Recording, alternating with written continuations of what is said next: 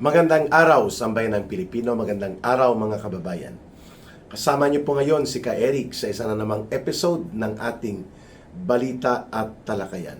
Maraming salamat sa inyong patuloy na panonood, pakikinig, pag-like, pag-share at pag-promote ng ating videos.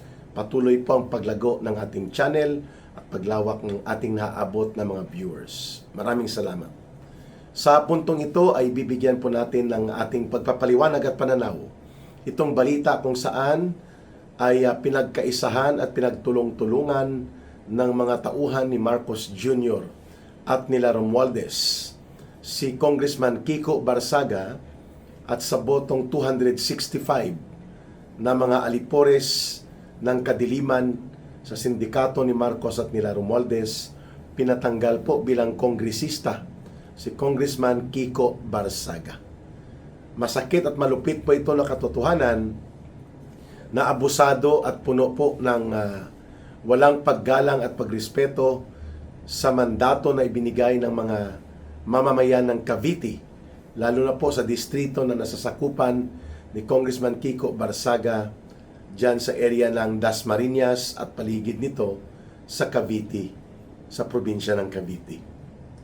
Mga kababayan, matagal po tayong nag-observe, no, kung saan patungo itong paulit-ulit na pagsususpinde kay Congressman Kiko Barsaga dahil sa kanyang walang preno at walang pag-aalinlangan na mga pagpapahayag tungkol sa mga isyu ng katiwalian, pandarambong at pangungurakot na nagaganap po sa ilalim ng gobyerno ni Marcos Jr. at ang kasabwat na pinsan niya na si Romualdez. May mga pagkakataon po na tinatawag sila ni Kiko Barsaga na mga buaya. May pagkakataon na tinatawag niya na mga tagapagtaguyod ng korupsyon ang institusyon na ito. So marami po siyang pagbubunyag hinggil sa mga kasamahan niya na di umano ay sangkot sa pagprotekta ng umiiral na katiwalian sa sistema ng gobyerno nila Marcos at nila Romualdez. Subalit, hindi rin po tayo na sorpresa na humantong sa pagpapatalsik sa kanya ang naging hakbang na ginawa ng gobyerno ni Marcos at nila Romualdez sapagkat hindi kayang magkaroon ng isang Kiko Barsaga at ng mga kagaya niya na hindi po natatakot magsalita at magpahayag ng katotohanan mismo sa bulwagan ng kapulungan ng Kongreso, kung saan ang kanyang mga kasamahan ay natatamaan direkta sa kanyang mga pagpapahayag. Si Congressman Kiko Barsaga, bagamat new fight congressman po ito, batang-bata, wala pa yata ito sa nasa 28 years old lang daw yata ito si Kiko Barsaga, ay, or 27, no? Diyan lang ang edad nito, hindi po siya nag-aalinlangan na magsagawa ng kanyang mga presentation, ng kanyang mga media discussion, o ng kanyang mga pagbubunyag na nakikita niya ang katiwalian, nararamdaman ng kanyang mga constituencies at naipapahayag niya ang kanilang saloobin. Subalit yung kanyang ginawang pagpapahayag ng katotohanan ay naging mabigat at malalim ang sugat at latay sa gobyerno ni Marcos at nila Romualdez. Kaya naman po napagdesisyonan na hindi na siya papayagan na magiging bahagi pa o miyembro ng House of Representatives. Subalit may mga issue na dapat po nating ilinaw. At ito po ang mga sinabi ng ibang mga dissenting o mga hindi pumayag na opinyon. Kagaya po ng mga pahayag nila Congressman Igay Erese, Congressman Richard Gomez, Congressman Toby Chanco. At iba pa na sumama dito sa, I think, siyam ang hindi pumayag na papatalsikin ng House of Representatives si Congressman Kiko Barsaga. Ang punto nila, pwede tayong magpataw ng disiplina, ng reprimand, unang mga suspensyon, hanggat ito ay makatarungan. O by the way, kasama din pala na nanindigan para kay Kiko Barsaga sila Congressman Paulo Marcoleta at si Congressman ng nakalimutan kong name, Congressman po ng Bagong Henerasyon Party List. I think kasama yata sila Leandro Libeste din sa pagtatanggol sa kanya. So I think 9 ang mga kongresista na hindi sumama dito sa 265, ang iba nag-abstain, mga kababayan. Ang punto lang naman nila is very basic. Wala sa katungkulan at wala sa otoridad dapat ng Kongreso o ng House of Representatives ang paghahatol na tatanggalan ng kanyang mandato si Congressman Kiko Barsaga bilang kongresista o tagapagrepresenta ng mga mamamayan sa Cavite. Yan ay dapat iniaatang natin o ibinibigay ang karapatan na yan sa mga mamamayang nagtiwala at nagbigay ng kanilang boto para kay Congressman Barsaga. Pwede po sila ang magdedesisyon kung mananatili po na representante nila si Congressman Kiko Barsaga. Pero yung gagamitin mo ang numero nyo sa loob ng Kongreso, which we know, yan po ay hindi naman mangyayari kung hindi kinonsente at hindi kinumpasan ng grupo nila Marcos, Bojit D, nila Romualdez. Sapagkat si Congressman Kiko Barsaga po ay hindi naman po ipinaparicall ng kanyang constituencies sa isang panibagong eleksyon o nagpapahayag ang kanyang mga nasasakupan sa Cavite na hindi na sila nagtitiwala pa kay Congressman Kiko Barsaga. Walang ganun po, mga kababayan. So ano po ang nangyari? Bakit pinatanggal siya?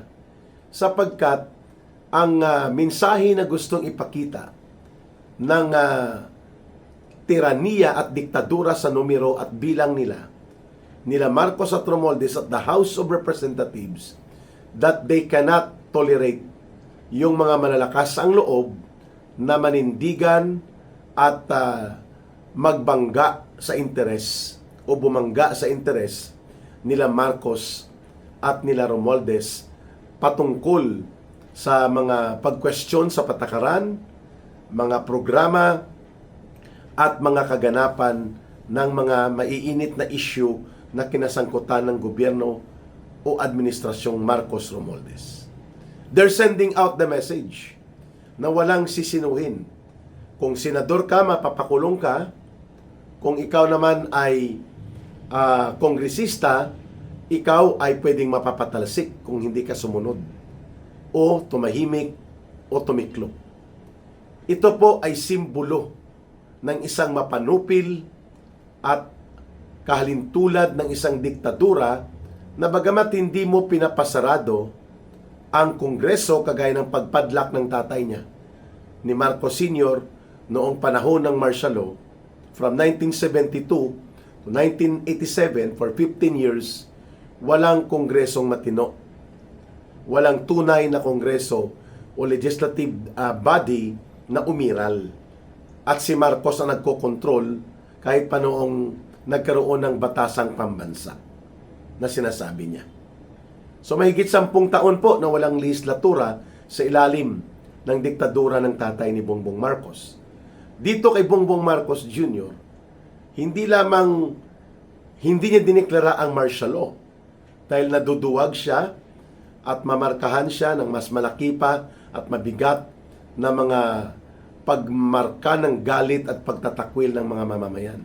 Subalit ginagamit niya indirectly, without declaring it, ang mga hakbang at mga instrumento na kapareho sa panahon ng martial law na ginagawa ng kanyang tatay. Pinapatahimik systematically, hinaharas, tinatakot, ikinukulong, kinakasuhan, at nilulumpo sa politika ang sinumang tatayo na kritiko o magpupuna sa gobyerno ni Marcos Jr. Yan po nakita natin sa nangyayari sa Senado ngayon, kung paano sinasabotahe at kinukumpasan ni Marcos Jr. ang kanyang mga alipores na unsihan senators para maglunsad ng pananabotahe sa loob ng Kongreso, at pati na ang paggamit sa pulis, sa DILG, sa ombudsman lalo na, upang magsampa ng kaliwat kanang mga kaso nang sa ganon ay titiklop at matatakot ang political opposition na nabubuo, yung bagong bloke ng political opposition to the Marcos Romualdez administration. Dito sa House of Representatives, hinaharas din po dyan nila ng mga alipores ni Marcos at Romualdez si Congressman Leandro Liveste. Siya din po ay nakakaranas na pinapatayan ng mikropono, binubuli sa loob ng plenary. At nakikita natin yan, mga kababayan. Si Congressman Kiko Barsaga, bago tanggalin or expel sa Kongreso, 2 beses po na suspende. At hindi na nakabalik pa halos upang manungkulan at paglingkuran ang kanyang mga nasasakupang nagbigay ng mandato sa kanya sa Cavite bilang kongresista nila o representante. So, ang ginawa ni Marcos sa 3 punto de vista ay hakbang ng lantaran at dirapala na panunupil sa isang kritiko ng gobyerno na mayroong mandatong bitbit mula sa mamamayan. Hindi ito iginalang. Hindi nirespeto po ang sovereign mandate ng mga mamamayan ng Cavite para sa kanilang representante. And that can only happen kung mayroon pong utak diktadura at mayroong puso ng isang diktador ang gobyerno. At yan ngayon ang nakikita natin, the way things are being conducted by Marcos Jr. in the last few months. Naging parang mga bulldog attack dog niya itong ombudsman, itong NBI, itong Department of Justice, at pati ang DILG.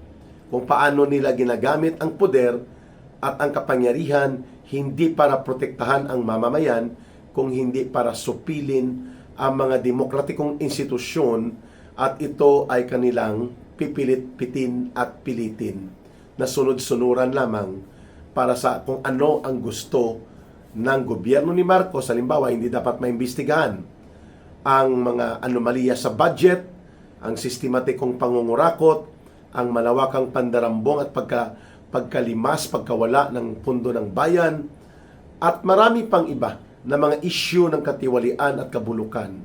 Kailangang tahimik lang ang Kongreso. Kaya they cannot tolerate a Kiko Barsaga type of congressman and a Leandro Liveste congressman na nandyan sa loob ng Kongreso. Ayon. Pangalawa, maliban po sa ala-diktadura na taktika na ina-adapt na ni Marcos ngayon laban sa kanyang mga kritiko at sa kanyang mga katunggali sa politika, nakita na rin po natin kung papaano baratin at bastusin ni Marcos ang mga institusyon ng gobyerno at instrumento ng Estado para maging armas sa kanyang political demolition operations. Binanggit ko na yung Department of Justice, yung Office of the Solicitor General na dapat pangunahing abogado sana ng gobyerno yan, yung DILG, yung NBI, at ang lalo na ngayon ang Ombudsman. They are being reduced by Marcos as instruments to perpetrate and execute political demolition operations para po hindi umalagwa at lumakas ang anumang political opposition sa Pilipinas. Particularly, ang mga opposition personalities who are connected, sympathetic, or aligned to the Duterte political camp. Yan ang pangalawa. Pangatlo po, maliban doon sa ala-diktadura na akto at gawain ni Marcos without declaring an open, direct dictatorship in the government, pero yun na rin ang ginagawa niya, binabalahura at binabalasubas nila ang mga institutions and instruments of democratic institutions as well as instruments of the state or the government. Yung binanggit ko ng mga ahensya. At ang pangatlo, ito po ay pagpapakita ng desperado na pagkapit sa poder, sapagkat in the last 6 months, tuloy-tuloy na bumagsak at hindi na nakakabangon pa. Lugmok po ang trust and approval ratings ni Marcos Jr. at ng kanyang gobyerno. Below 0, -3, may -14, may -15, at mayroon pang ang -27. So iba't ibang survey, magkapareho po ang pinupulsuhan, subalit ang lawak at lalim ng pagkakahiwalay ni Marcos sa hanay ng mga mamamayan in those socio-political surveys, nagpapakita po na lalo lamang nagagalit ang taong bayan sa patuloy na pananatili nila Marcos at nila Romualdez sa kapangyarihan. The reason na tuloy-tuloy po ang pagtatakwil at pagpapakita ng pagkagalit ng mga mamamayan kay Marcos, every time na mag-survey, ang gusto ng taong bayan na may rehistro na mas pinagkakatiwalaan nila at kinikilala ang Vice President si Sara Duterte kaysa kay Marcos. Si Romualdez po, mas lalo pang lagapak na sa -40 hanggang -50 ang kanyang range, mga kababayan. Ibig sabihin, wala na pong naniniwala na mga mamamayan at bagkus, mas lalo pang nagagalit dahil ipinipilit nila Marcos at Romualdez ang kanilang sarili na mangunyapit o magkapit tuko sa kapangyarihan. So these are desperate move, mga kababayan. Pero sinong sinisira nila dito? Ayon kay Kiko Barsaga, hindi po siya nagsisisi sa kanyang naging posisyon at naging linya na tagapagbatikos, tagapagpuna at tagapagpahayag ng katotohanan laban sa kapangyarihan at mga abuso sa poder na nangyayari, pati na po ang kakurakutan at kabulukan sa pandarambong na kanyang nasasaksihan na nagaganap sa gobyerno ni Marcos at Romualdez. Sabi niya, if the price for that is to lose my title as congressman at ang aking posisyon bilang member ng House of Representatives, baliwala sa akin yon, sapagkat ako ay nakikibaka para sa ikabubuti ng mamamayang Pilipino at ng ating bansa, hindi para sa sarili kong kabutihan o sa aking personal comfort. Malinaw po ang kanyang binabanggit, handa po siyang ialay ang kanyang buhay kung yun po ang kabayaran sa kanyang pananatili at patuloy na pagiging political opposition sa gobyerno ni Marcos. Na takot po itong gobyerno ni Marcos at Romualdez kapag umuusbong at nagkakaroon ng mga malalakas na mga personalidad na mayroon pong hatak at mayroon pong political impact sa maraming sektor ng lipunan, kagaya po ng isang Congressman Kiko Barsaga na very popular.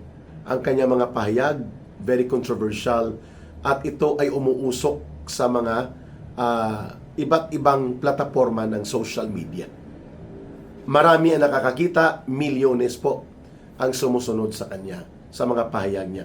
The way Congressman Leandro Libeste is also doing the same political opposition laban din po sa mga iilang programa at patakaran ng gobyerno ni Marcos, including ang pagbubunyag naman laban sa Executive Secretary ni Marcos at ang lawak at lalim ng pagkakasangkot nila Marcos at Romualdez mismo sa sindikato ng katiwalian na di umano ay inihayag na nauna pa ni Ginoong Saldico.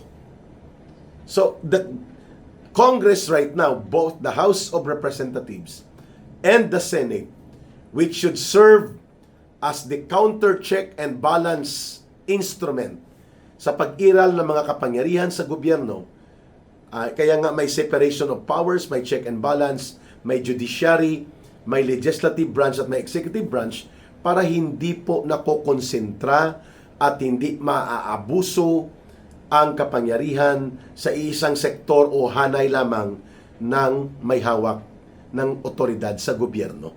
Kailangan may check and balance. They are separate and independent from one another, but they are doing check and balance to each other. Yan po ang demokratiko na proseso ng isang constitutional republican democracy. Pero hindi po ito kinikilala ni Marcos. Bagkus tinatapakan niya po ito. At that message na kaya niyang sunugin ang mga pundasyon ng demokrasya at kaya niyang gawing basura at walang kwenta ang mga institusyon ng demokratikong pamamaraan ng isang republika na nakabatay sa konstitusyon at pag-iral ng batas at hindi sa diktadura, wala siyang pakialam.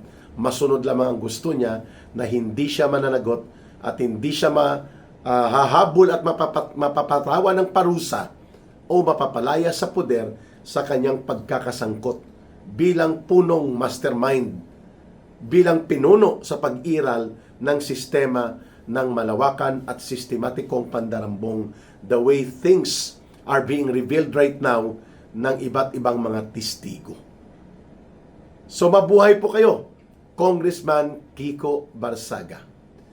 Bagamat tinanggal ka ng mga gang at mga brigada ng mga kawatan at buaya na politiko na kaalyado at sunod-sunuran sa sindikato at alamaleta na pagpapatakbo ng gobyerno na puro na lamang pagkamal at pagkamkam ng pera dyan sa loob ng kongresong inaasikaso nila.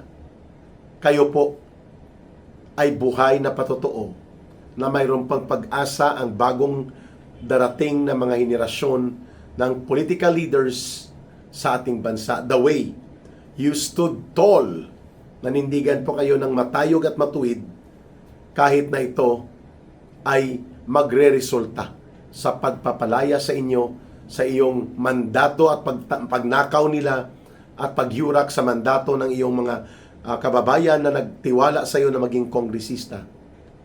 Pero sabi mo nga, your right place, yung tamang lugar para sa iyo, ay para sa sambayan ng Pilipino.